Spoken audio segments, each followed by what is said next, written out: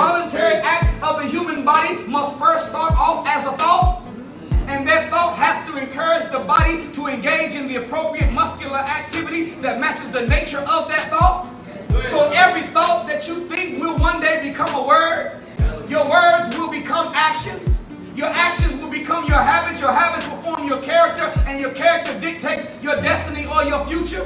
That's why Jesus said it's not as a man driveth or weareth or haveth in his pocket, but as a man what? Thinketh in his heart, so is he, because the thought process of a human being. Right. Whatever you think about, you will bring about. Right. Your thought is moving in your head according to the most honorable Elijah Muhammad at the average speed of 24 billion miles per second.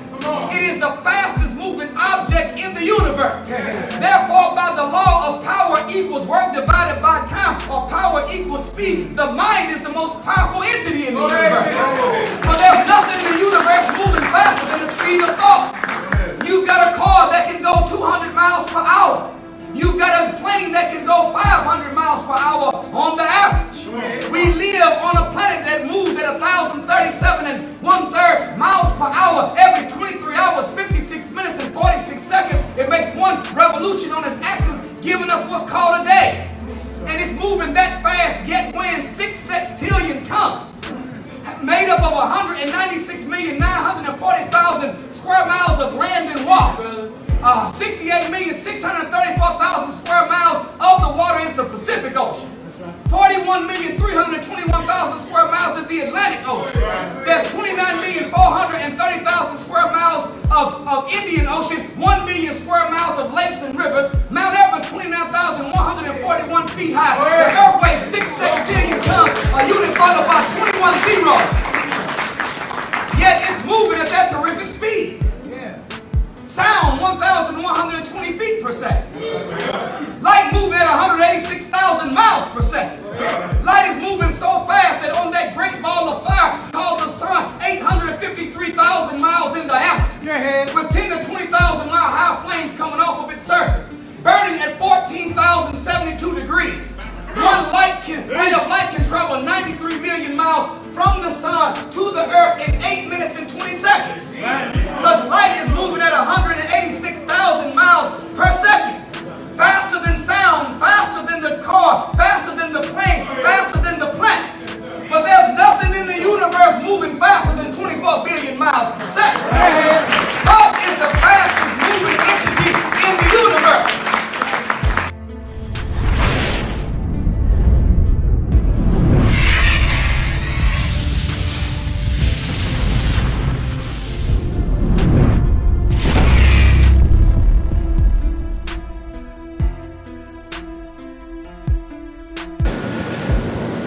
Peace and Black Power family. Welcome to another Sarnetta TV House of Consciousness production.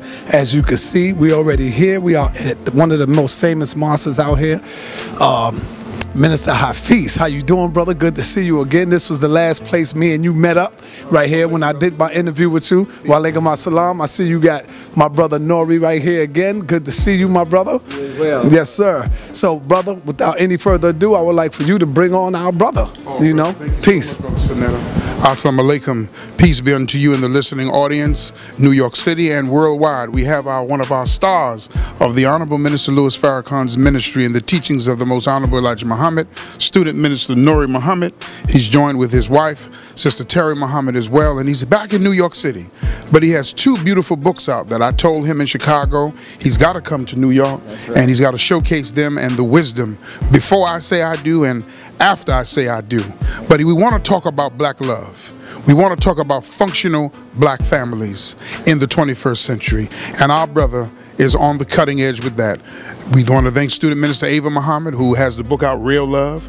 But we got to talk about what do you do before you say I do? That's right. And then what happens after you say I do, so that the do's can be do's. So we're honored to have our brother here today and interviewing with the one and only Sarnetta.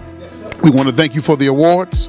We want to thank you for the humanitarian award for the Honorable Minister Louis, or Lifetime Achievement Award for Minister Farrakhan, and everything you've done and made second year be better than the first year. So we introduce now one and only in New York City here on Friday, Saturday, and Sunday. Student Minister Nuri Muhammad. Assalamu alaikum. Wa alaikum salam. Thank you, sir. You're welcome, sir. You. Love you, my brother. May On Allah behalf of the continue East to Coast bless. region and the believers, we love you. Thank you. Love you too. Thank you, sir.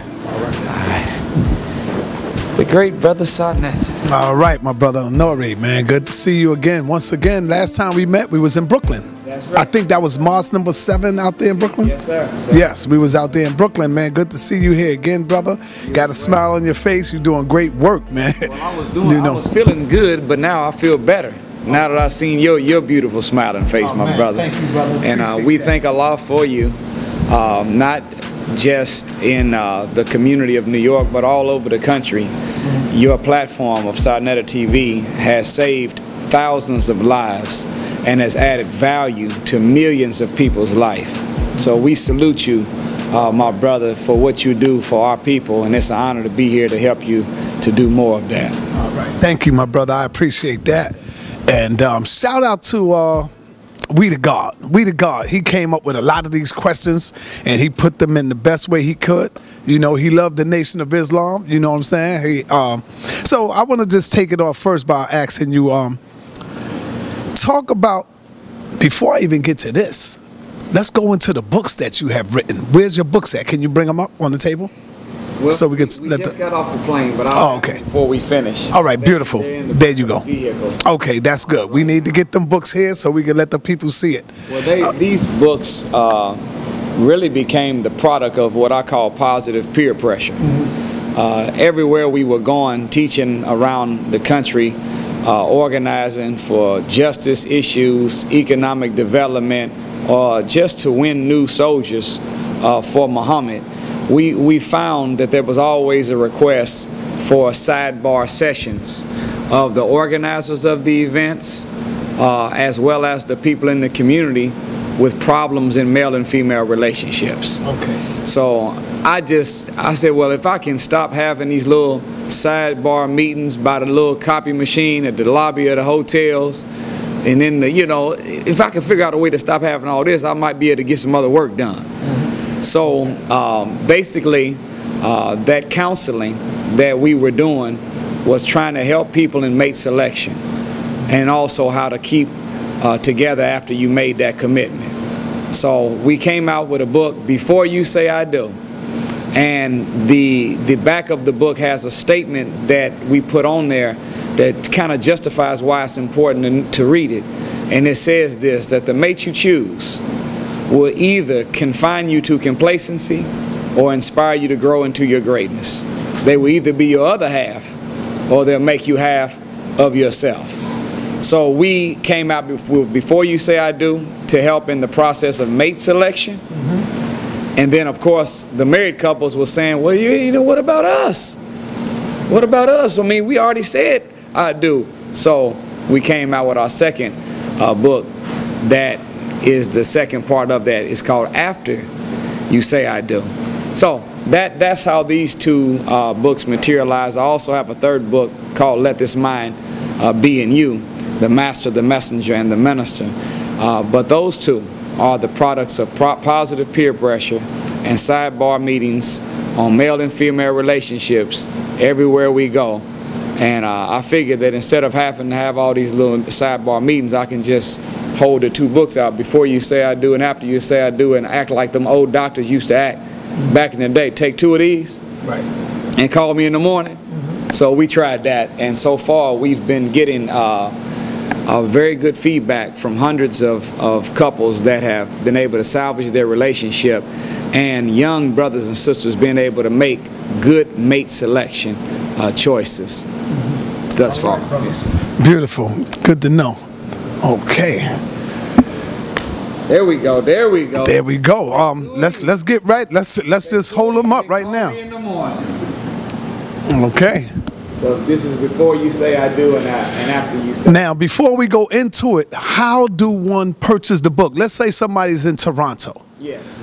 Let's say they're in Africa. Yes. How do they get a hold of that book if they would like it? NuriMuhammad.com. That's simple as that. NuriMuhammad.com. Click on that, and as soon as you click on it, order it, and it'll come right to you in 3 to 5 days if you're in the United States, and 10 to 12 days if you're outside of the United States. About right. All right, my brother, powerful. Let's get right into it now. Can you talk to the viewers out there about what made you choose the Nation of Islam? Why not Christianity? Why not Islam? What made you choose the Nation of Islam to dedicate your life to? Very, very good question, Brother Sinetta. And I, like many of the young soldiers coming up, I grew up in the hood, the streets, or in the trenches like everybody else. The neighborhood that I came from in Indianapolis, hustling was the code of conduct for the neighborhood. Everybody sold dope. So when I was 10 and 11 years of age, I was selling weed. By the time I got into my teenage years, I started selling powder cocaine. And, you know, as a youngster, me and my partner, I sold a ½ ounce of powder cocaine on the weekdays and an ounce on the weekends at 16 years of age. So we were making, you know, some you know, significant bread, if you will. But what I noticed, Brother Sinetta, is that as I was selling dope to my people, killing them, I felt myself dying on the inside. Didn't know why, but one day I was sitting on my porch and a thought came to my mind. The thought said, I wonder what the dope fiends were doing when they were my age. So this day I decided, you know, back then, you know, for back in, this is old school. This is, you talking about in the early 90s. We have cell phones back then. We had pagers. Right. And beepers.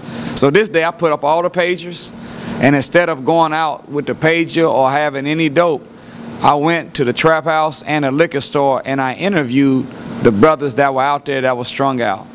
And everybody that I interviewed, for the most part, they all said the same thing to me. I asked them, what were you doing when you were my age? And they said, oh, young blood, we was out there getting money just like you.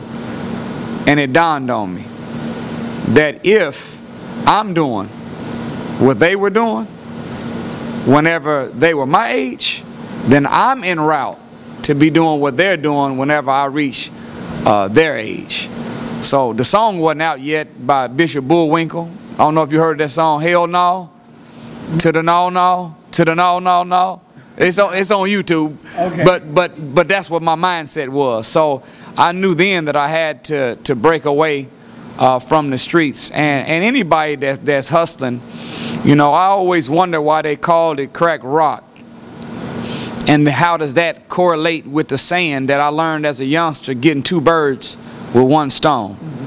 What the white man is doing with the dope, he was getting two Negroes with one rock. One he made a fiend for the dope, the other he made a fiend for the money. And it's just as hard to stop selling as it is to stop using. So when I come out the streets, the only thing I knew to get right was go to church. So I started going to church with my friend around the corner, and I went to everything. Double Sunday service, weekday service, Bible study. I did everything, but I did not feel like I was getting the strength internally to resist the pull of the streets. Lo and behold, I had a girlfriend that we had been together since we were 14 years of age. And her father wasn't registered in the nation, but he was a sympathizer. So he had the hardback Message to the Black Man, tapes of the minister. And she had already, my girl had already been going to Savior's Days, listening to the minister since she was 4. So whenever I was talking to her, she got back interested in the teachings, gave me Message to the Black Man and 2 lectures by the minister. One was By the Time Surely Man is in Lost from Michigan State, and the other one was called Figure It Up from Illinois State University. Every day she would be on the phone, we talked, she asked me had I read the book, no. Had you listened to the lectures? I hadn't listened to nothing yet. One day I decided to crack open that Message to the Black Man, and when I read the first page, I said, this is how I've been believing all of my life. I just didn't know how to say it. And I don't share this a lot because I don't want it to be a spooky story. But as I was reading the Message to the Black Man, I had never read a book in my life except for the autobiography of Magic Johnson. And it was that little thin one when I was in the 3rd grade. And every year through my school, I did a book report on that same book. And as my vocabulary got bigger, my report got longer, but I never read another book. Message of the Black Man was the only book I really had read before. And as I would read it at night, I would see an image of the Honorable Elijah Muhammad and this man that I thought was a white man with him. And if I put the book down too early, they would look at me with a frown on their face. And if I kept reading it, I would look on the wall and I would see them smiling. Lo and behold, I go to the mosque several months later, and in the lobby they have a picture of Master Fard Muhammad.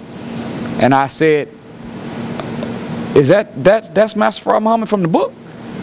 It's like, yeah, it was the man I thought was a white man looking at me while I was studying Message of the Black Man. And they had me studying, this is no exaggeration, 8 to 12 hours a day. That's how much studying I used to do as a teenager of the teachings of the Honorable Elijah Muhammad.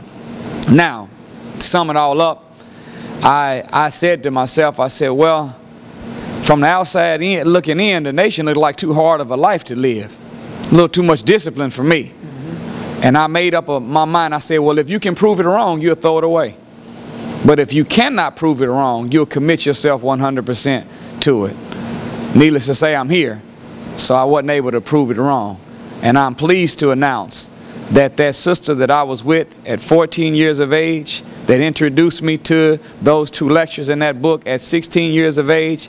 I joined the nation at 17 years of age. She joined the nation at 17 years of age. We got married at 19 years of age, and we just celebrated last month our 24-year wedding anniversary.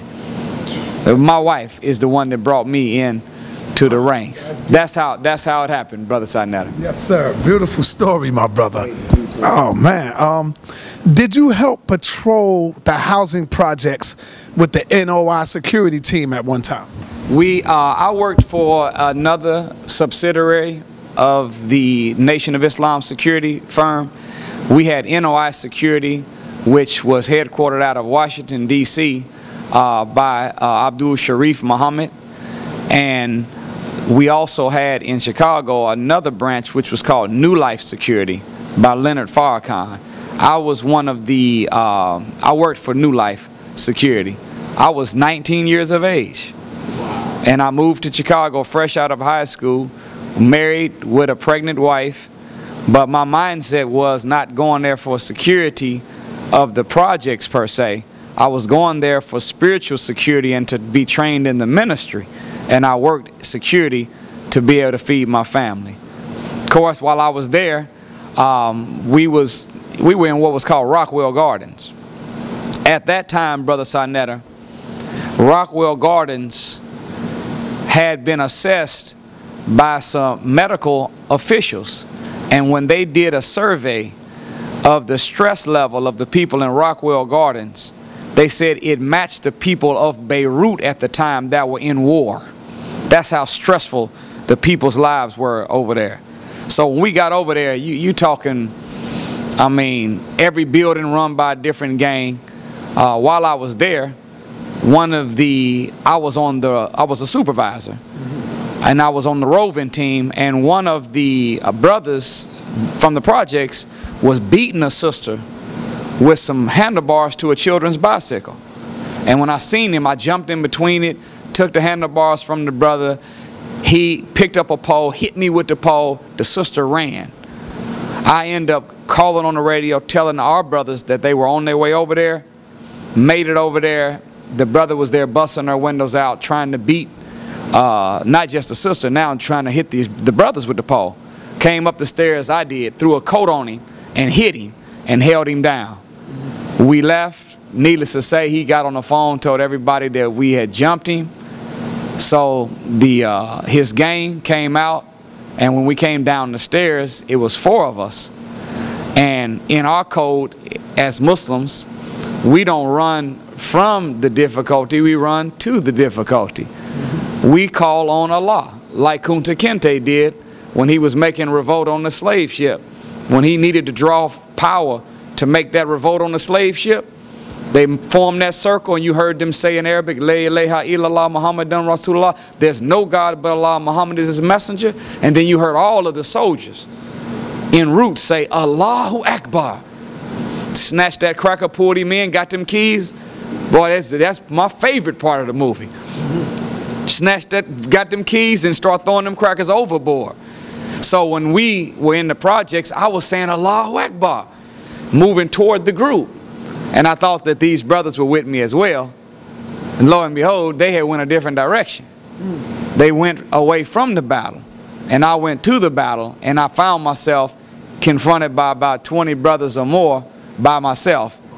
They act like they had guns, and they may have, but I know for sure they had poles, bats, and other weapons. And as I was talking to the head of the gang, who was the biological brother of the one that I had hit and held down that was beating his sister, he told me, he said, brother, what the hell's going on? Yeah, that's his wife.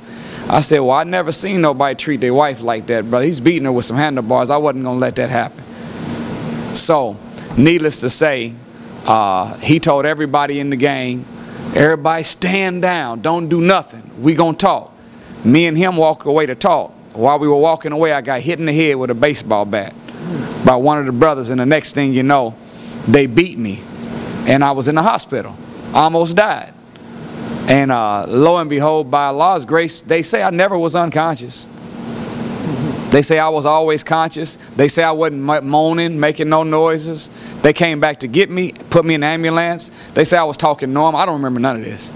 Have you ever seen these young brothers again? These brothers, now after I got out of the hospital, I was so messed up that I had I was so disfigured that I didn't recognize myself when I looked in the mirror. I had a scab that covered all my face. I had a cut from here, I've been split all the way down from the top of my head to my neck. All this was split, beat, bruised. But I got out of the hospital in a couple of days, went home, and within 3 days, I was 100% normal looking. So anyhow, there was a brother in the projects bragging about what he had done. He was the one that said he hit me with the bat. They found him dead. So they blamed us for this. Next thing you know, it became a big conflict, so the minister came in to settle it to make sure there wasn't no more bloodshed.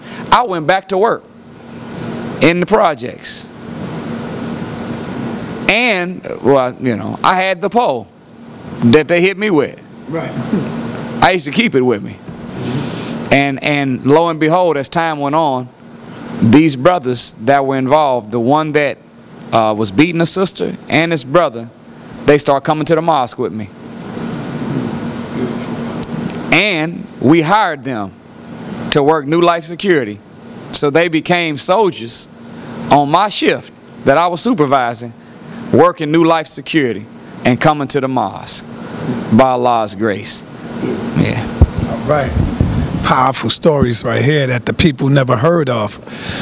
What happened to the Nation of Islam contracts with the government to secure the projects? And you know what, when you asked that question, the first statement that came to my mind was from the Holy Quran, and the Jews planned. And Allah is the greatest. And Allah also planned, and Allah is the greatest, best of planners. Soon as the enemy seen that our services were having an impact in Washington, D.C., and now the minister had brought, brother, at that time it was William Muhammad, now Abdul Sharif, brought him to Chicago to create a national security company that would be able to have this same success ratio that they were having in the projects in Washington, D.C. The Jews realized that, wait a minute, not only are they transforming slaves' lives that I want to keep slaves, but they're also generating great revenue for themselves, the brothers, and the nation. So they made their move to start attacking us and getting us cut off from the government contracts. So HUD stopped the funding, and we end up losing a lot of those contracts. So it was the you know, the Jews or the high-ranking whites of society that manipulate and control government that began to pull the purse strings back that caused us to lose all of those contracts. But of course, you know, we the nation have never done what we do for what they would say in war, booty. or the spoils of war. We do what we do out of love for God and love for our people. So while we're not in the projects working like that, we are in the projects a couple of times a week, knocking on every door trying to save our people. So the contracts are gone, but the work has not stopped. What do you say when you hear people say that the Nation of Islam is not around when injustice happened to black people, like police shooting, etc.? Can you talk about that? Even Malcolm X said that at one time when he was talking about the Honorable Elijah Muhammad. In his day, he said the nation is really not around all the time when injustice always happens to us. Like we get shot down. Where's the nation at? Well, what Malcolm X was saying to the Honorable Elijah Muhammad, he was saying to him that he feels like we in the nation should start following the civil rights template and being a reactionary force that responds and stands in protest, strike, boycott, etc. And the Honorable Elijah Muhammad told him, brother, they're marching. In paraphrasing him. What is marching? See, marching is putting one foot in front of another with the goal of reaching a certain location. The Honorable Elijah Muhammad said, well, if they're marching and they're moving, where do you think they're going? He said they have no place to go other than where we are. So hold your position and they'll join you. You don't have to go and join them. What a lot of our people don't understand about the Nation of Islam is that we don't follow the old paradigm of the traditional Negro template when it comes to fighting for justice or for service to a community. In our community, we think that community service is giving homeless people blankets and giving away free food every now and then. In the nation, our definition of community service is not giving a man a fish, but teaching that man how to fish. Because if you give a man a fish, you feed him for a day. But if you teach him how to fish, you feed him for a lifetime. We don't deal with and stand in the strike line or the protest line. We don't sit outside of City Hall with, asking, what do we want? Justice. When do we want it? Now. Ungawa. We want black power. But they can't give you black power. They don't have it. So we don't follow the traditional Negro template for fighting justice. So whenever injustice happens, the traditional Negro template is what? Show up, prayer vigil, light some candles, RIP t-shirts, strike, boycott, picket, we need a citizens review board. Well, we got citizens review boards. We have striked. We have protested. We have marched. But this has not been able to undo devil.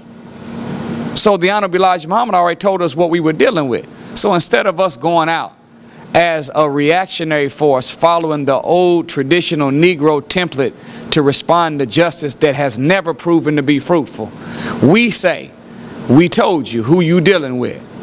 The ultimate solution is separation. So instead of wasting all your energy, black man, black woman, trying to make sure that that this beauty salon treats you right, stop going there and create your own. If they don't want if they're gonna treat you bad inside of this Asian nail shop, post up right next door to them with LaQuisha's nail shop, and everybody go to LaQuisha. Yeah. Oh, okay. And in Charlotte, North Carolina. No, I'm talking about I know I'm talking about the nail shop, but I'm saying in Charlotte, North Carolina, last year, the Chinese or the Asians there manhandled a sister over $5 eyelashes that she was stealing. Slammed her, punched her, elbowed her. We go as a community and ask for an apology. Hell, the real thing that should take place is her uncles, her brothers, her cousins, her father, or some men in her family should have showed up there and made sure that they got a message in a language. That's the kind of world star fights I need to see. Black men standing up for the women of their community. Filmed world star that. Yes. And then the biggest thing should have been, let's post up right next door to them with our own beauty supply shop. And then let's say to them, we'll never spend another dollar with you for treating our sister like that. From here on out, we going to Pookie's or Ray Ray's or LaQuisha's beauty supply. The hell with y'all beauty supply. So we spend too much time, Brother Sinetta. See, the justice fight is trying to repair the system. The system ain't broke. It was built like this, though. We spend too much time trying to repair white people and not enough time trying to replace the system that exists. So in the nation, we don't do no begging. We're not trying to undo devil. We're not standing outside trying to repair a broken system. We are working to replace the system that has never been set up for us. So our form of fighting for justice is not a reactionary response. It's a proactive response. It's not begging, it's building. It's not repairing a white system, it's replacing the white system with one of our own. Right, beautiful. Hey, I went out there for 2 days in a row to document what was going on in Brooklyn, and what I noticed, it was 2 spots that they had. It was one, and then they had another spot about 5 blocks away. So we walked up to the other spot to shut them down as well. And in between them spots, all up and down through Notion, nothing but Asians, brother. All Asians is up in all the stores, man. So it's our fault, though. Yeah, oh yeah, it's definitely our fault. I'm saying that to say this, that we've been blessed, Brother Sinetta. We get invitations to speak all over the country and now around the world on behalf of the Honorable Minister Louis Farrakhan, and presenting really the most Honorable Elijah Muhammad's solutions that he's offered the world to crime, violence, health, economic prosperity. We have them from the Honorable Elijah Muhammad. God gave them to him. We're offering that. Everywhere we've gone, we've noticed this, that when you go to any other nationality's community, you have many businesses and a few worship centers. But when you come to the black community, you got many worship centers and very few businesses. Matter of fact, in every city we went to, every time a business goes down in the black community, a church comes and gets it. Grocery store shut down, now it's a church. Theater shut down, now it's a church. Strip mall went out of business, now it's a church. Well, school shut down, now it's a church. Well, some ought to tell us, if the Asian, the white, and other nationalities have a thriving community, let's get many businesses and very few worship centers, because if not, we can't even call ourselves a community. We are a colony. A colony is whenever you have an environment that has people living in it, but the people that do not live in that environment own all the businesses. So they come in, suck our blood, get all of our economic currency, energy, power from us, and they go out and live with white people and use the money they got from the black community to make white communities better. Well, we have to start owning our own businesses in our community.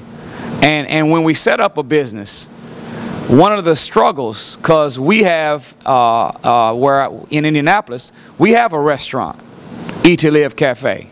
We have a barber shop and a beauty salon. We have a school. But one of the biggest problems that we're having is getting enough support from our own people. Yeah, that's the problem. Mm-hmm. But we're hard on black businesses, but merciful on white businesses. Yeah. Every year I turn on the TV and one of these pizza drivers from Pizza Hut, Domino, they always doing something nasty to the pizza, and we say, black people, soon as we see them put, I ain't never ordering nothing. Next thing you know, 2 meat lovers for $9.90 and we back ordering again. But let us go to a black business. Right. Go to a black restaurant. They short you one hush puppy. First thing we say, see, that's why I don't like doing no business with no niggas. I ain't never going back. And then we, not only that, we go and tell everybody.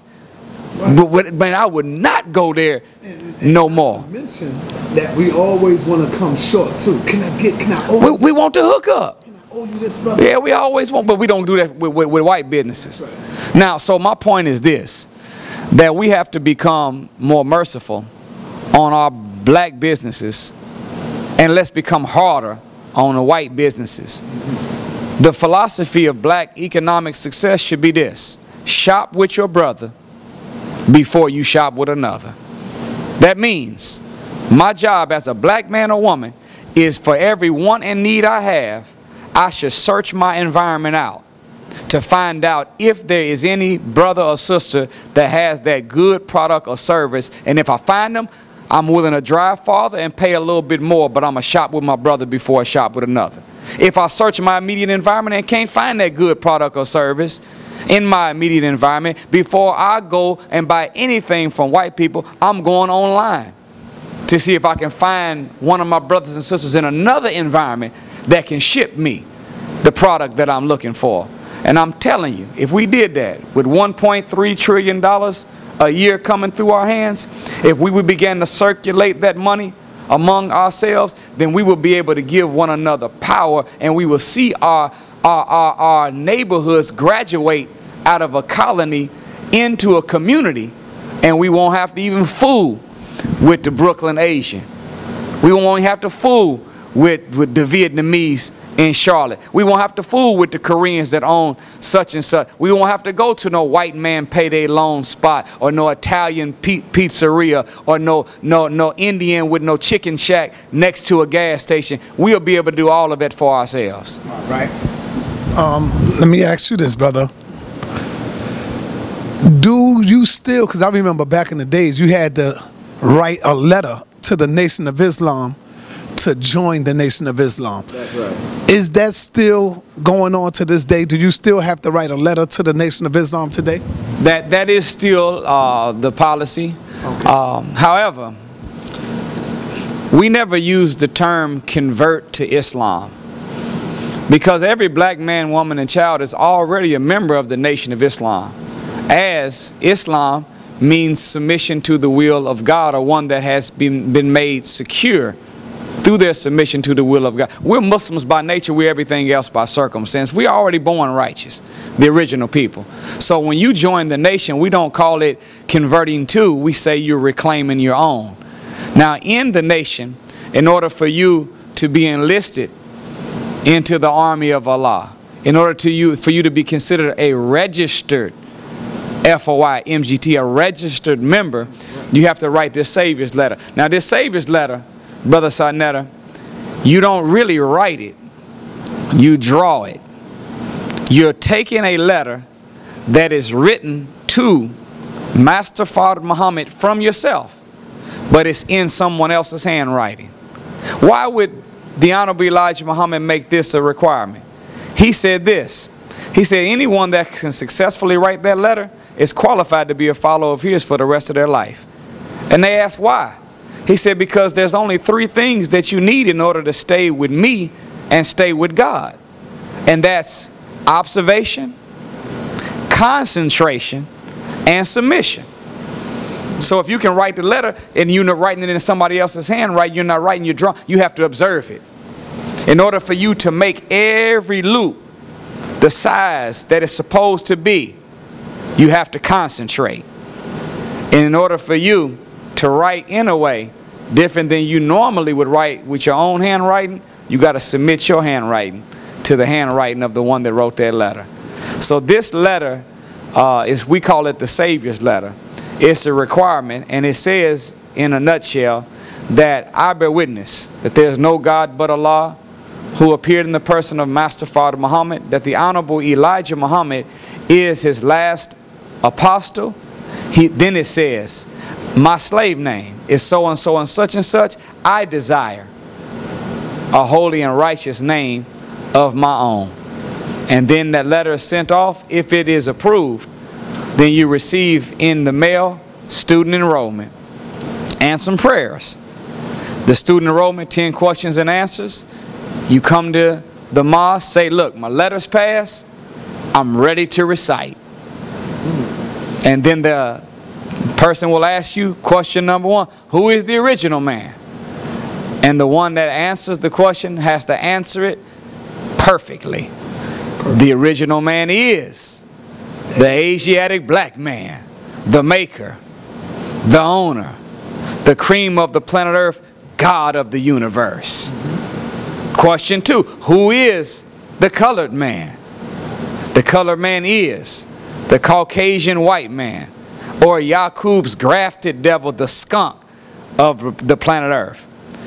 Do you know the Honorable Elijah Muhammad said, Brother Sarnetta? He said that I could teach on each one of these points for 10,000 years and never repeat myself.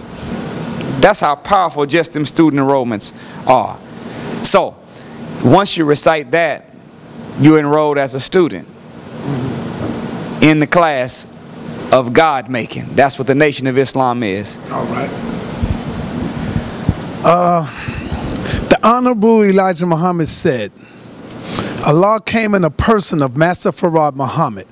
Does that mean that the vessel of Farad, Master Farad, was not God, but the person in him was God? Do I make sense? Do that make sense? That makes explain that for me. And to answer it in a brief way, you could say, yes, sir, that's true. See, flesh and blood is finite, but God is infinite. So if flesh and blood is finite, but the Supreme Being is infinite, then the flesh and blood serves as a temporary house of the infinite. So when we say Allah appeared in the person of Master Farad Muhammad, what we are saying is that the 99 characteristics or attributes of Allah, they're human characteristics: mighty, beneficence, mercy, compassion, the avenger, the destroyer, wise. All these are human characteristics. What we are saying about Master Farad Muhammad is that Master Farad Muhammad manifests all 99 attributes to the highest level of every human being that exists on the planet at this time, and he knows how to execute each one of them with perfect harmony and balance whenever they need to be executed.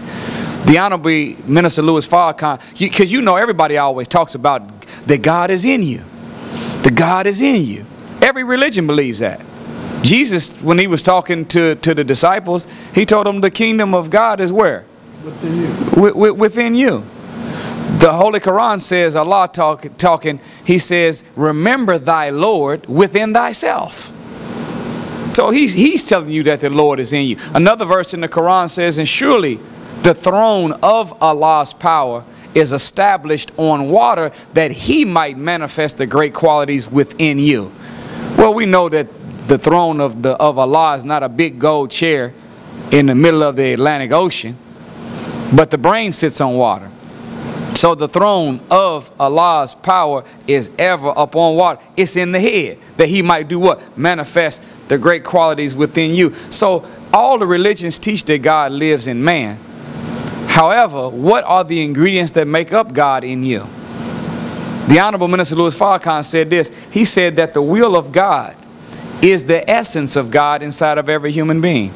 He said, but your will is buttressed or supported by two principles, faith and knowledge, and springs forth out of and is guided by love. Look at that real quick. So there are 4 primary ingredients that make up the God within you: your willpower, faith, knowledge, and love. The more faith, knowledge, love, and the stronger your willpower is, the more God you have manifest in your being. So every human being that we meet has levels of the expression of God in them, because every human being that you meet of the original family got willpower. Every original man, every original woman has faith, knowledge, and love. But how much of each of these 4 do we have? Mix them together, you can determine how much God is in. So when we say Allah appeared in the person of Master Farad Muhammad, you know what that means? That he has the highest level of knowledge, faith, the strongest willpower, and the most love of any other entity that exists in the universe. Master Farad Muhammad. Now you know master means controller. Master means the top. Master means the greatest. But you also have, when you go to a duplication, you have a master disk. Right. When you go to make copies, Master copy. you have a master copy. Right. Well, what's the job of the master disk and a master copy? The job of the master disk or the master copy is to be put into a duplication process and take blank disks or blank pieces of paper and impress whatever's on the master onto the blank paper or the blank disk to make that disk and that paper just like the master was. So Master Fard Muhammad. See, the Nation of Islam is a spiritual duplication process. We came to the nation as a blank disk, as a blank piece of paper with a blank mind from our enemy. But the work of the nation is to take the mind of Master Fard Muhammad and impress that on every last one of us. So right now, at the state that we're in right now in our development, you only got point number 12. Allah appeared in the person of Master Fard Muhammad. But if the goal of the spiritual duplication process called Nation of Islam is to make everyone just like Master, to make all a nation of gods, then we're not satisfied with point number 12, Allah appeared in the person of Master Fard Muhammad. We now need to put point number 13, because Allah has appeared in the person of the most honorable Elijah Muhammad. We could put a point number 14. Allah has appeared in the person of the Honorable Minister Louis Farrakhan. And the goal, Brother Sarnetta, is to not stop until we got a point number 47 million, where we can say officially Allah has now appeared in the person of every black man, woman, and child on the planet, because all of them have become a duplicate of that master. Hope that answers. Yes, sir. Have anybody, because I'm looking at you, I don't know, it could have been just me staring at you, and you know, when you stare at something so hard, it makes you see something different. So as I'm staring at you as you talking, because I got a picture of the Honorable Minister Louis Farrakhan in my house when he was young, and I'm looking at you. Have anybody ever said you resembles the minister when you was young? Yeah. You know, when you see the minister, man.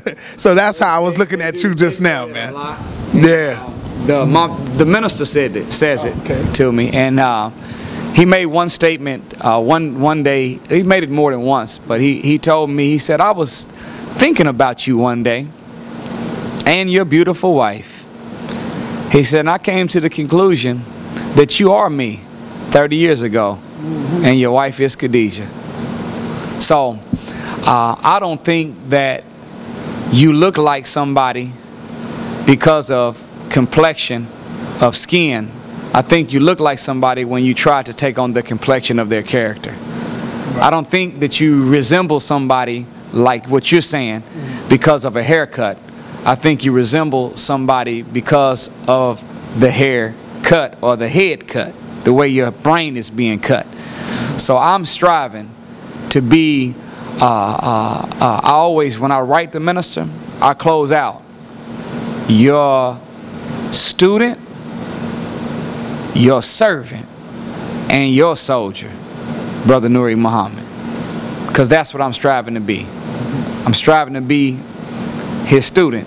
So I would hope that, you know, more than physical, that his character would impress upon me, and I could be and live up to what he said about me, him, 30 years ago. All right. Have you ever heard of people saying, you know, Fard Muhammad, I don't think he really existed, because nobody never seen pictures or audio or tapes of him? Are there any video out there somewhere or any audio out there that can prove his existence on the planet? I haven't seen any audios or videos, but I will say, of course, we have one picture, and that's the only picture, right? The only picture that we have of Master Fard Muhammad. Ain't that something? The only picture that he wanted us to have, that he allowed to be, was a picture of himself, profile shot, reading the Holy Quran. Well, you know that old Japanese saying, a picture's worth 1,000 words. So what was the Savior trying to tell us? He's letting us know, if I'm the master and you all are joining my duplication process to become God, then look at how I became God. I became God from study. In general, and studying specific of this book, Holy Quran. Underneath it, it says the Holy Quran clothed in flesh, talking about Master Father Muhammad. So that's the only picture that we have of him. The clearest evidence of any teacher is his students. How will you know that a teacher has been present? You look at the weight of his students. It was Master Father Muhammad that took the Honorable Elijah Muhammad. Think about this, Brother Sarnetta. Just think about this math. The Honorable Elijah Muhammad never even made it out of the 4th grade. He went to the 4th grade. How old are you in the 4th grade? 10? So the Honorable Elijah Muhammad had the formal education of a 10-year-old child. Yet he taught about the moon being once a part of the earth before the scientists ever knew it. Yet he taught that the earth was 35,000 miles in circumference at one time, now 24,896. He taught that there was 196,940,000 square miles of land and water, 139,685,000 of it being the water, with 68,634,000 square miles being Pacific Ocean, 41,321,000 square miles being the Atlantic Ocean, 29,430,000 square miles being the Indian Ocean, 1 million square miles of lakes and rivers, with 57,255,000 square miles of land sticking up out of it, earth weighing 6 sextillion tons, which was a unit followed by 21 zeros. This the Honorable Elijah Muhammad, a wisdom and a science that the scholars and scientists of religion and science have never been able to catch up to. Yet he had the education, formal education, of someone that only was 10 years old. Here the Honorable Elijah Muhammad met Master Father Muhammad. Think about this, Brother Sarnetta. He was only taught by him for 3 years and 4 months. 3 years and 4 months. Now you take anybody that goes to school for 3 years and 4 months, I don't care who the teacher is, and show me what has been their fruit of their labor after 3 years and 4 months. Matter of fact, find me anybody that went to school for 10, 12 years that say they are Dr. So-and-so. They can't heal like the Honorable Elijah Muhammad has healed. So who did he meet?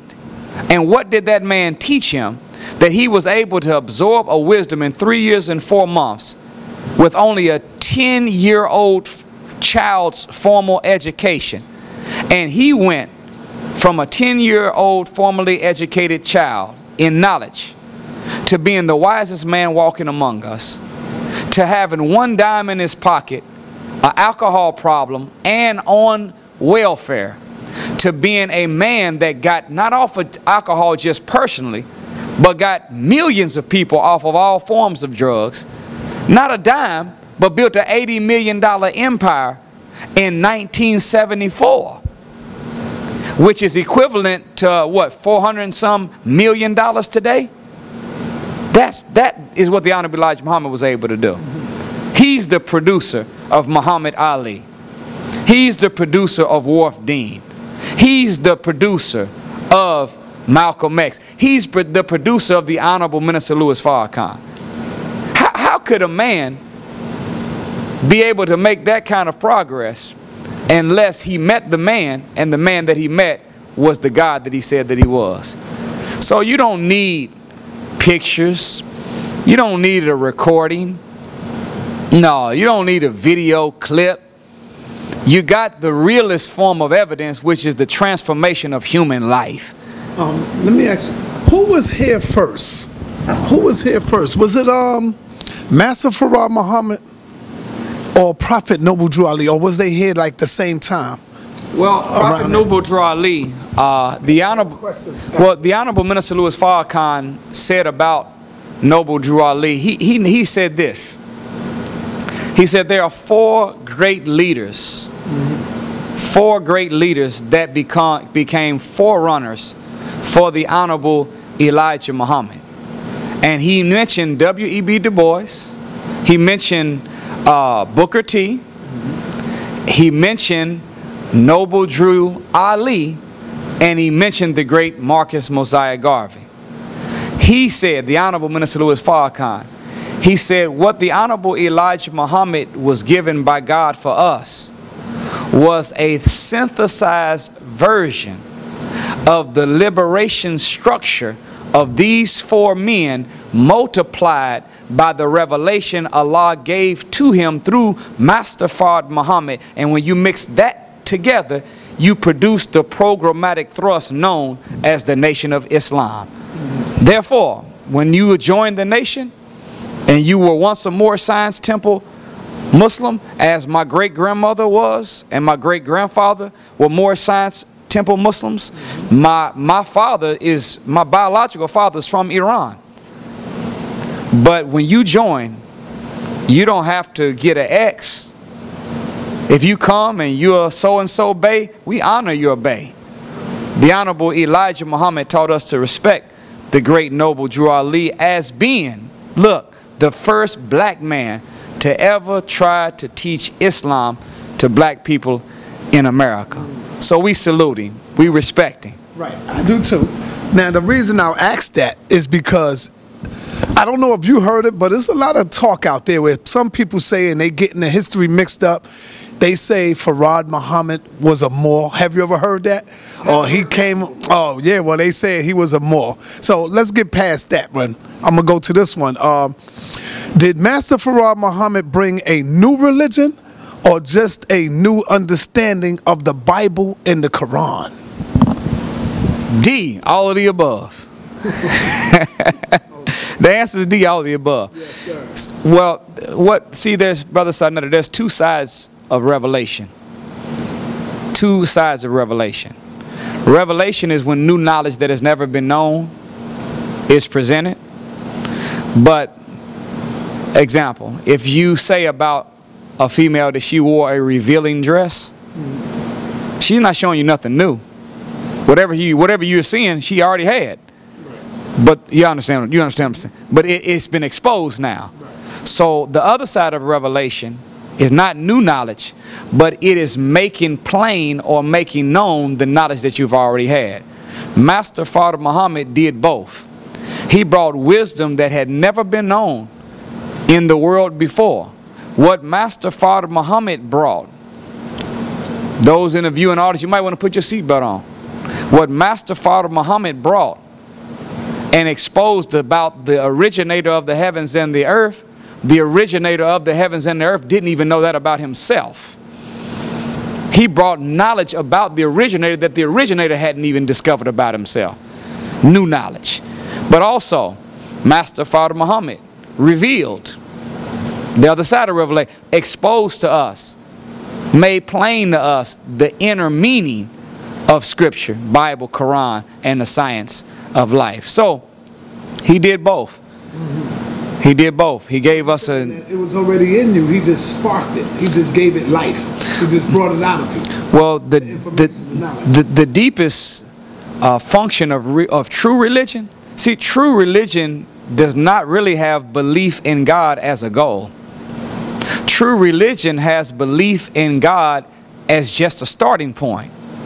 But the ultimate aim of true religion is to become what you believe in. That's religion. That's why religion. Religion in Greek means to get to God. Prefix re means to do again. So religion is supposed to be a spiritual system to get you back in the oneness with God. Bible and Holy Quran are called reminders. Messengers and prophets are called reminders. Well, if there are reminders and re means to do again, somebody has to put something back on your mind. Guess what? Before there ever was a Christ as a character walking on the earth, there was a Christ consciousness living inside of your earth. Before there ever was a man named Muhammad walking on top of the earth in Saudi Arabia, there was a mind of Muhammad inside of the earth called the human body. And yes, before Allah ever appeared in the person of Master Fard Muhammad on the earth, there was already an Allah awareness inside your mind or inside of this earth. So what religion and what the teaching of God is designed to do, what messengers do, what they came to do, they came to reacquaint you with the power of Allah that's inside of you that we've lost touch with. So Master Fard Muhammad came to activate the Allah awareness. Christ came as a character to activate the Christ consciousness in us. Muhammad came as a man to reawaken the mind of Muhammad that we already had. So the ultimate aim of religious teaching is to make you where you become a system of self-governance, where you don't need somebody from the outside in to tell you what to do. You can inform yourself from the inside out. Right. Your brother, Dr. Wesley Muhammad. Yes, sir. I mean, powerful researcher. Have you read any of his books yet? Yes. Dealing with Islam. Have you read any of his works? Yes, sir. Yes, sir, we have. And we appreciate the great scholarship. You know, it's a great thing for us as a people, because you already know, anytime you start doing anything for black people, it often goes very, very unrewarded. We don't value, black people don't value knowledge. Well, we don't value knowledge like white people value knowledge. Every time a plane go down, they know there's no survivors, but they don't care. They put on that wetsuit, jump in the swamp, risk their life just to find that black box. Why? There's knowledge in there. You see them in the deep sea, down there digging, risking it. What they trying? Knowledge. They going into outer space. Why? They want knowledge. You see them digging and right by the volcano. Why? Because there's a chance that I can learn something new. So in the white community, knowledge is always respected. But in our community, those that dig and do research to try to provide us with some of the spiritual mineral wealth that exists in the universe in the forms of knowledge from historical research, we don't normally value it like we should. So for Dr. Wesley and for those great brothers that have sacrificed their mind, their money and their muscle, really, to go out and dig and research for us, to be able to put it in book form, that we might be able to have access to some of these jewels of wisdom found, we thank Almighty God for him and for all of those that sacrifice for that, especially when black people don't support reading and the purchasing of books the way the white community does. So we thank him for his deep research, and we thank all of the scholars of our people that have forsaken using their mental muscle just to go out into the world and get more personal economic gain for themselves. But they decided to use their great mental muscle to help find wisdom and give wisdom to you and me, that we might be free and independent as a people. So we salute our brother. Yes, sir. Shout out to Dr. Wesley, of course. A lot of young people, our people, black people, a lot of young people are moving away from the Jesus Christ teachings. What is your thoughts on that right there, as you see these young people coming up and they saying, man, well, you know, Jesus Christ don't exist. We're not following that stuff no more. We're moving past that. I know you see it all the time. You see the fights, the arguments that say, man, we ain't with that Jesus Christ stuff. What is your thoughts on that right there? Well, they're doing the right thing to reject the white Christ. See, we believe in Jesus in the nation. We just believe in the right Christ, not the white Christ. That's the difference. There was a brother, to put an example, there was a brother at the gym. I was trying to get him to come to the mosque, and he said, brother, you know, I don't do religion like that. You know, I ain't into religion like that. I said, yes, sir, I understand. I don't like religion either. He said, but you're a Muslim. I said, yeah, Islam is not a religion, it's a way of life. He said, yeah, I'm, you know, brother, but I don't believe in God, you know, like, I don't believe in God. I said, can you do me a favor? Describe to me the God you don't believe in. He said, I don't believe in no ghost God in outer space, swooping down, making everything okay. I don't believe in the, you know, that he's up there living on clouds with prophets and my grandmother and them, and there's a devil, an evil version of him under the ground. I don't believe none of that. I said, well, brother, I'm an atheist too then, because I don't believe in none of that either. That's right. What I found, Brother Sarnetta, is that our people are not rejecting Jesus. or Jesus is teaching, they're rejecting white supremacy that has been marketed to our people in Jesus' name. Just as our brother said he didn't believe in a mystery God, a spook God, therefore he said he didn't believe in God, it's only because he hasn't been introduced to the true and the living God in person of the Master and in person of himself. So to those brothers and sisters in the streets that are rejecting the teachings of Jesus Christ, they're just rejecting the white Christ, not the right Christ. They're rejecting white supremacy that has been marketed in the name of Jesus. But if they were ever to come in contact with the true teachings of Jesus, and if they want to come in contact with it, it's real easy. I got 5 books they can read right now that'll give them the pure, raw, uncut teachings of Jesus Christ.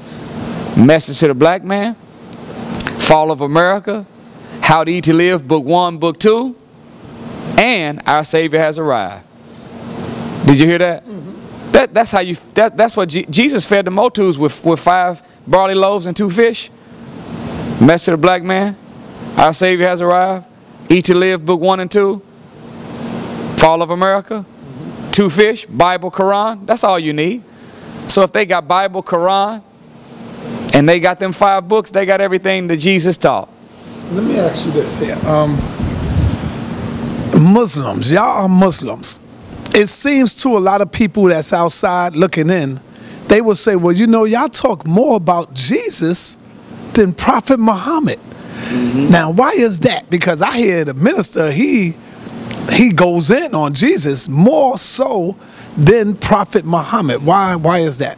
Well, they said the same thing. The Muslim world said the same thing to the Honorable Elijah Muhammad. Mm-hmm. And in fact, whenever the minister was rebuilding the nation, the Middle Eastern Muslims came and offered him millions of dollars if he would not teach Elijah Muhammad, not even mention Wafdeen Muhammad, but teach only Prophet Muhammad. They offered him millions of dollars. Listen to this.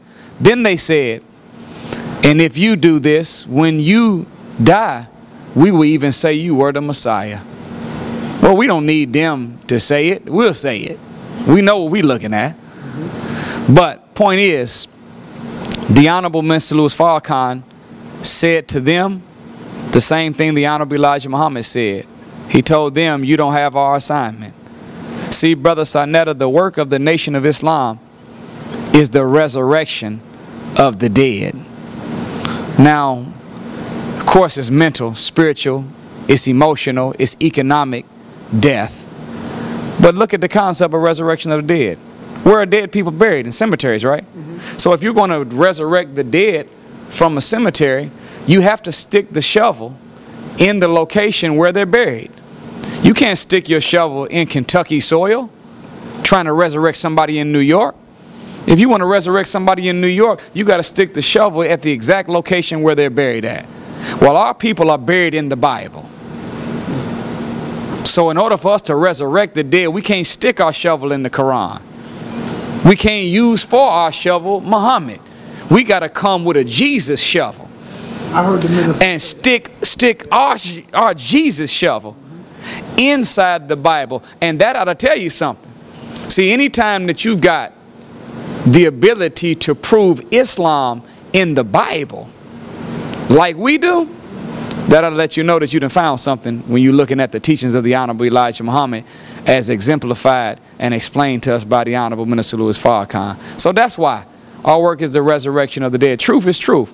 If you can't prove to me that you got the truth in any religious source, why should I believe that you have the truth? Now, we can prove Islam in the Torah, the Gospel, the Holy Quran, history, science, mathematics, and in the book of common sense. We can prove it in every source that you want to prove it in. So we're resurrecting the dead, so we have to dig where our people are buried. All right. Would you one day like to sit in the seat of the Minister Louis Farrakhan? Emphatically no. Emphatically no. Right there. No, anybody that wants to sit in the seat is not qualified for the seat.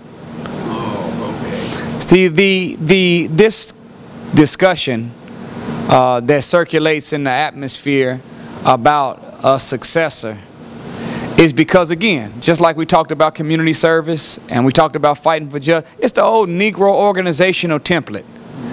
This is not a Negro organization. This is a divine movement that Allah, God Himself, is in control of. So there are no successors coming after the Honorable Minister Louis Farrakhan. The only thing coming after the Honorable Minister Louis Farrakhan is followers and believers. Followers, believers, helpers. Think about this. When Jesus was leaving, in the scripture, they call it the Last Supper. At the Last Supper, look at what Jesus did. He had all the disciples around the table, and He had one loaf of bread that it was His, and He said to them, "This is my body," and He broke a piece of the loaf He possessed and gave each one of them a piece of the loaf. Loaf gone, all of the disciples had a piece of the loaf. What was Jesus trying to say? He's saying that I am who I am as an individual person. But when I'm gone, the only way you can have me back is if all of you all bring your little pieces of bread together to make one. So there will never be another Farrakhan. But if all of us that believe in Him, that follow Him, that signed up to be helpers of Him, will bring our piece of bread to the table, then we can come together in unity, and I got my piece, you got your piece, she got her piece, and we put it all together, and guess what? Farrakhan's back again. In the form of not an I, but in the form of a we this time. So, you know, we got to get out of this concept of big I's and little U's. It's time for some big we's. We used to say it in the 60s. It's nation time. Well, when the minister is gone, it's no longer time for an individual to be the one. It's nation time. It's time for everybody to do their part. So we don't aspire for that. And if anyone does aspire to sit in the seat of the Honorable Minister Louis Farrakhan, not only are they unqualified to sit in the seat, but they are a hypocrite. Who is the tribe of Shabazz? Us. We are the we are the lost members of the tribe of Shabazz, so teaches the Most Honorable Elijah Muhammad. Sum it up, you know, Message of the Black Man is the best source to get the math on this. But the Honorable Elijah Muhammad said that there have always been, as a cycle of writing history in advance, 24, Bible calls them elders. The Honorable Elijah Muhammad said 24 scientists, 12 major, 12 minor. And the 12 major scientists, the Honorable Elijah Muhammad said about them, he said they're gods of mathematics.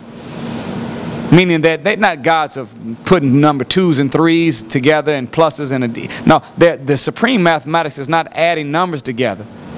It's adding principles together and being able to multiply thoughts of people times other people's thoughts, dividing it by other people's actions to determine what's going to happen in the future.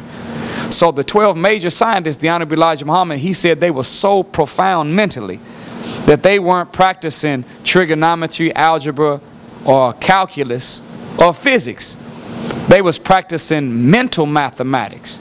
They knew how to study the dominant ideas of the people of the time and divide that thought process by the common activity and predict what was going to happen 25,000 years in advance.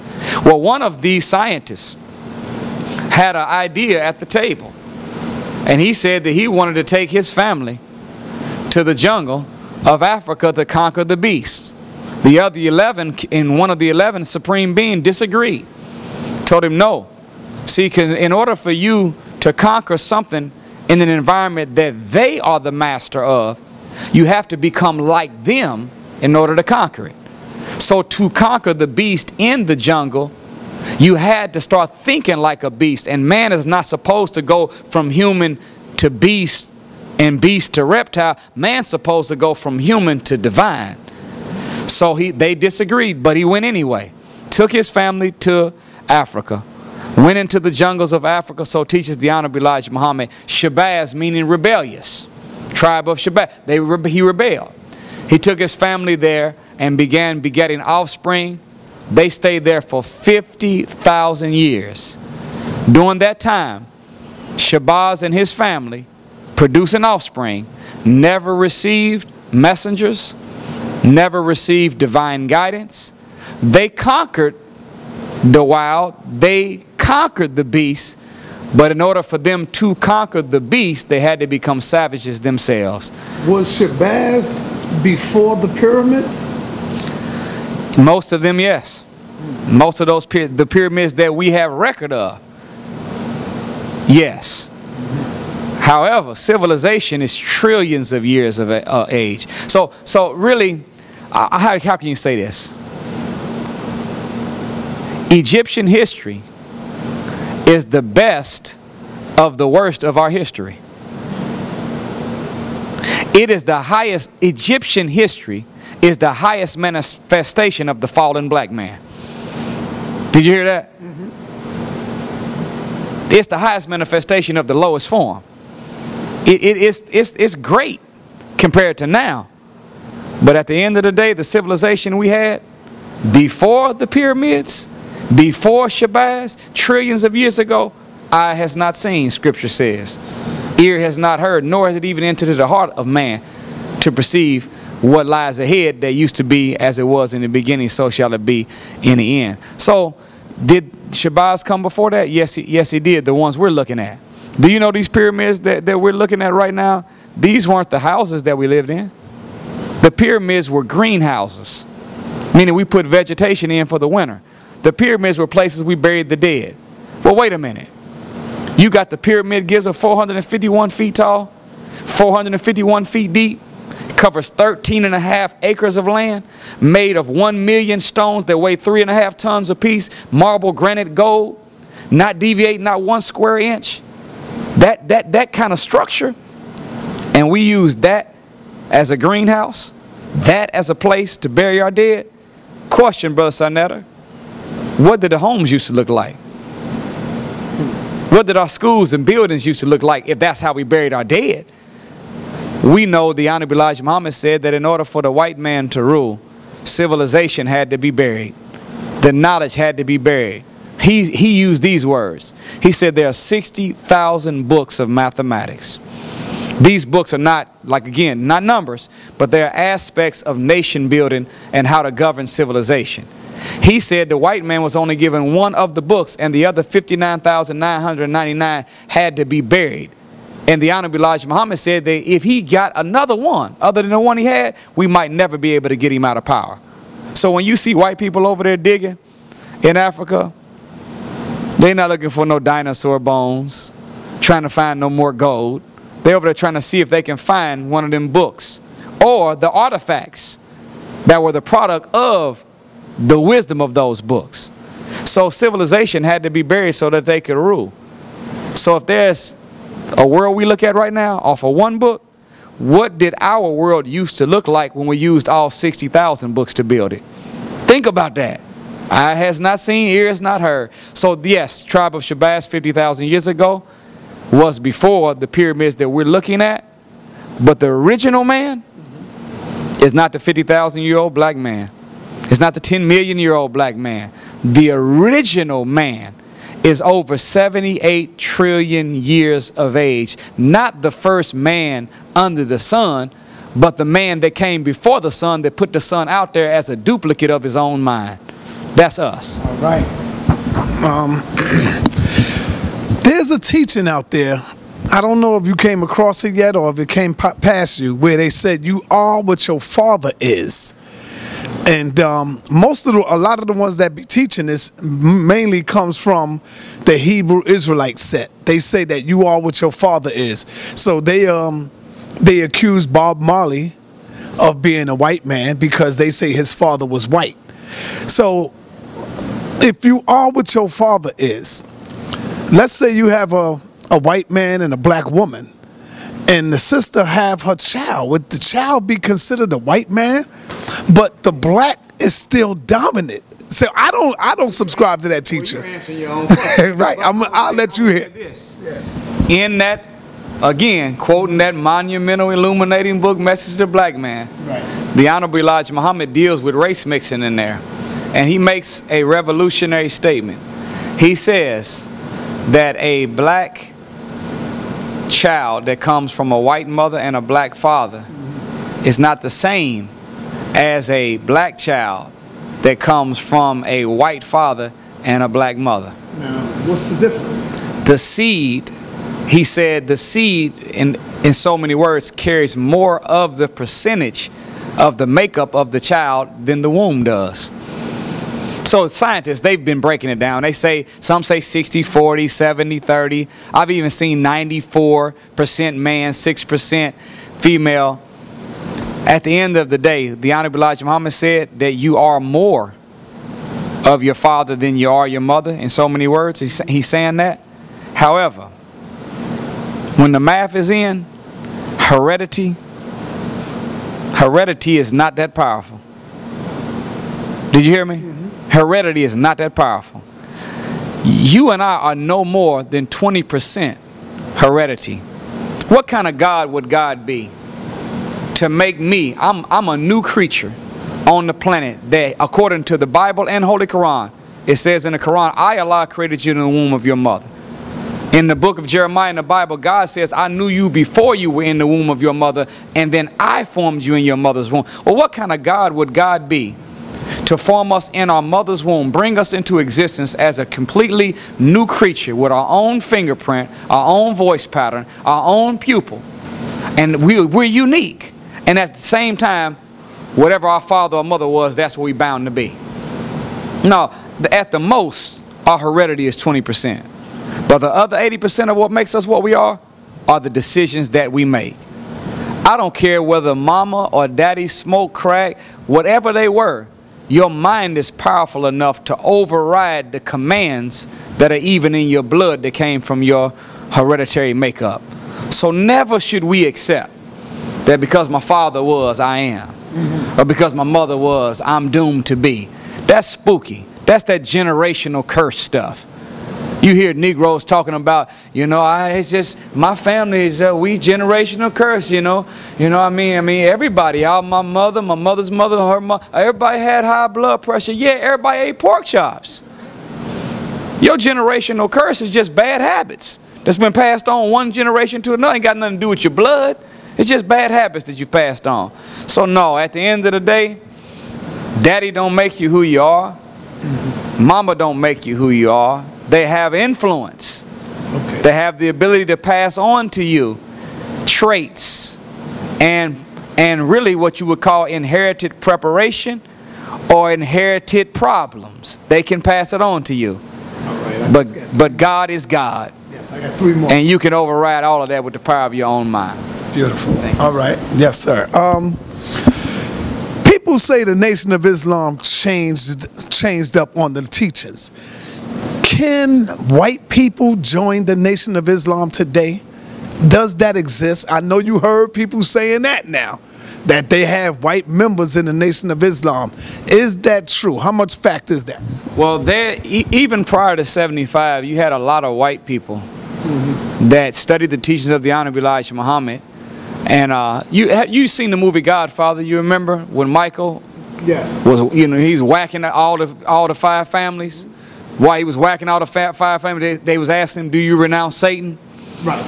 And he was in there renouncing Satan. There's a lot of Caucasian people that have renounced Yaqub. They've renounced their father and renounced the ways of their father, and they have embarked upon a study. The Honorable Elijah Muhammad tells us, and our Savior has arrived. He says that there are many white Muslims. They are our brothers and sisters in faith, but not our brothers and sisters by nature. He told us in our lessons that if you desire to be with us, you must study. 25 to 30 years, and we'll do trading among you, and we will not kill you as quick as we would the other devils that have not gone under this study. This is what the Honorable Elijah Muhammad lays out as an answer to Master Father Muhammad's questions.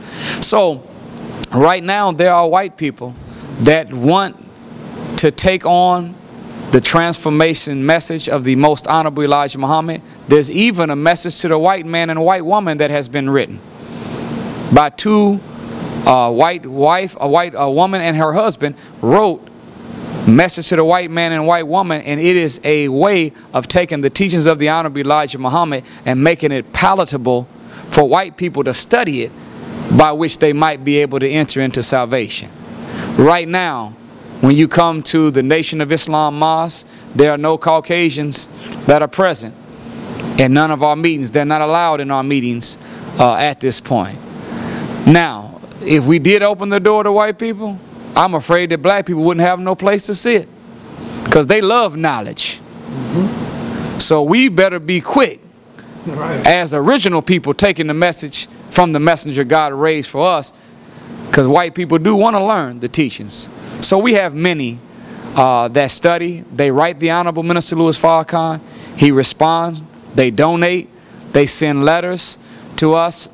I personally have several people that are Caucasians that buy lectures from me a lot and write letters. I communicate back and forth with them. They want to be in the nation. At this current moment, they can't come and be a part of the physical institution, but they can prescribe to the teachings of the Honorable Elijah Muhammad and accept that transformation message. Why do you think that is, that they would want to come and be amongst us, or be amongst our people in the nation? Well, you got the good, you got the bad, and you got the ugly reason. Because, let me ask you. Because I would say, once we begin to open the doors and let them in, the next thing is our women. Think about that. What do you say to that? Well, we ain't going out like Rodney King now. That ain't going to be happening. But, so, you know, the teachings of the Honorable Elijah Muhammad are the teachings. And it says what it says about Caucasian people and their nature. They have to accept that, and they have to work to try to undo their nature. So the Honorable Minister Louis Farrakhan said to us that the Honorable Elijah Muhammad said, and many others have recorded it. He said, my message is not universal now, but it is to become universal. So there is going to be teachings and teachers that know how to break it down where all people can understand it in their own way. Whether they'll be here with us, it's above my pay grade, Brother Sarnetta. But right now, the mosque, the FY, and the MGT is for the original people of the planet, and all Caucasians that want to study. You can study. You can watch the webcast. You can buy the lectures. You can follow How to Eat to Live, the prayer schedule, and at a certain point, they may get a chance to come and back into Mecca again. But we learned what they did last time, so we'll be on watch to make sure it don't happen again. All right, last question. All right, you already know. Go out with a bang on this one right here. The last question. L. Ron Hubbard. You know, the fight is with, why are they studying Scientology? Why is the minister trying to take the people over to L. Ron Hubbard? He's a racist. What do you say to that? Why is the teachings of L. Ron Hubbard so important to the Nation of Islam?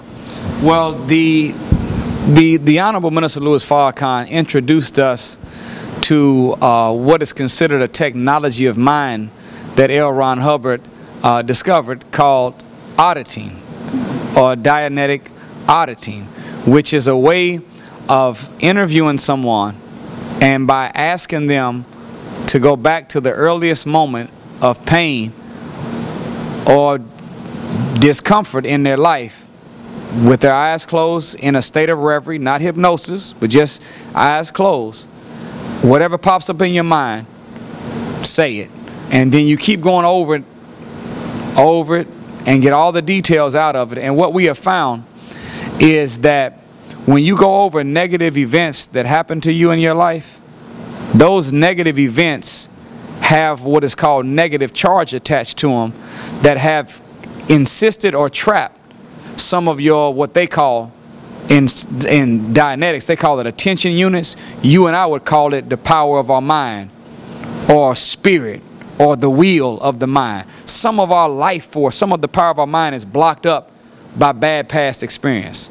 So every time you go through a little session, and the sessions are, I mean, some of them are as simple as you fell off a swing set at the park when you were 6. Some of them are when you first start riding a bike. Those little negative circumstances have trapped some of your life force. So when you go through it, you come out of it, now they become a regular memory, but now you freed up what they call attention units, or you freed up some of the power of your mind. There's also, if you ever go and look at them, as we were blessed to go with the minister to take a tour of the way they do things. So in addition to the Dianetics, they have an organizational system where I'm saying their facilities are so clean you could eat off the floor. They are quick thinking, fast moving, productive. So they have a system of leadership and a system of organization that is worthy of being studied. What did the Honorable Elijah Muhammad say? He said, look, study the white man. He is successful. He makes no excuses for his failures. They work together in a collective manner. You must do the same. Well, how are we going to do the same if we don't study them? So Dianetics we're studying. That's the auditing, science of the mind. And we're also studying those leadership courses and those organizational courses that have the Church of Scientology moving at a very, very productive and fast, successful rate. That's it. Same as you would if you went to a school. We're not following Scientology. We don't call ourselves Scientologists. We are Muslims in the nation of Islam that happen to find a good tool that we can use. We're not the tool. I'm a Muslim with a hammer. I'm not a hammer. I'm a Muslim with a hammer. So I'm a Muslim that knows how to audit. I'm a Muslim that has taken 15 of their organizational and leadership courses personally myself. I'm a Muslim that has received over 100 auditing sessions to my own mind and have delivered more than 200. I'm a Muslim that by Allah's grace became the first auditor in the nation of Islam. I was the first one that became an auditor. So it's a great benefit because it undoes some of the burdens of your mind, makes you a little more aerodynamic. Now, the rumor is that we are joining on with and becoming a part of. That's not the truth. We are who we are. They are who they are. They have something good. We love it. We take advantage of it. And we stay in our faith and we stay with our mission and work. But it has helped us to perform the mission of the resurrection of our people better. It has made us better tools and weapons and instruments in the hands of the Honorable Minister Louis Farrakhan. So we thank God for L. Ron Hubbard and what he's brought us. All right.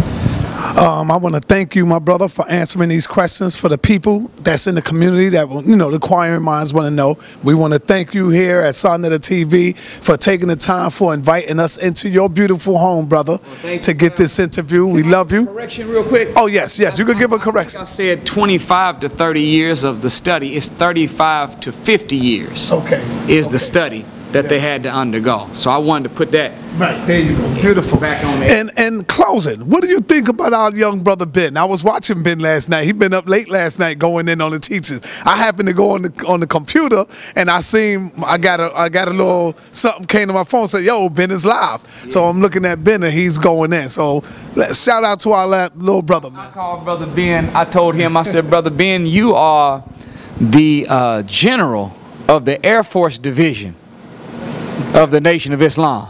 Yes, sir. Yes, sir. You know, to win a war, you got to have boots on the ground. Make no mistake about it. But also to win a war, you got to launch some airstrikes. And when you have people like Brother Ben and Brother Rizza, and there's a nice cadre of young soldiers that they in the air. They launching an airstrike on falsehood. Yes, they are. Envy, jealousy, all kinds of, all the negativity, all the negativity. They dropping bombs on negativity all the time. So I told Brother Ben, I said, brother, you are a great general of the Air Force Division of the Nation of Islam, dropping truth on falsehood from the air. So we salute our brother, and we thank Allah for putting it in his heart to commit his life to being a good pilot. He's a good pilot.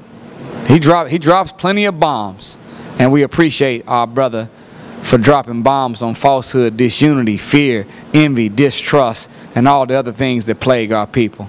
Keep up the good work, Brother Ben, and those like you. All right. Once again, my brother, thank you. I appreciate you coming out. Thank you. And taking the time out to sit with me, my brother. Peace and Black Power, family. We out. My honor. Thank you, Brother. Yes, sir. All right. Thank you. All right.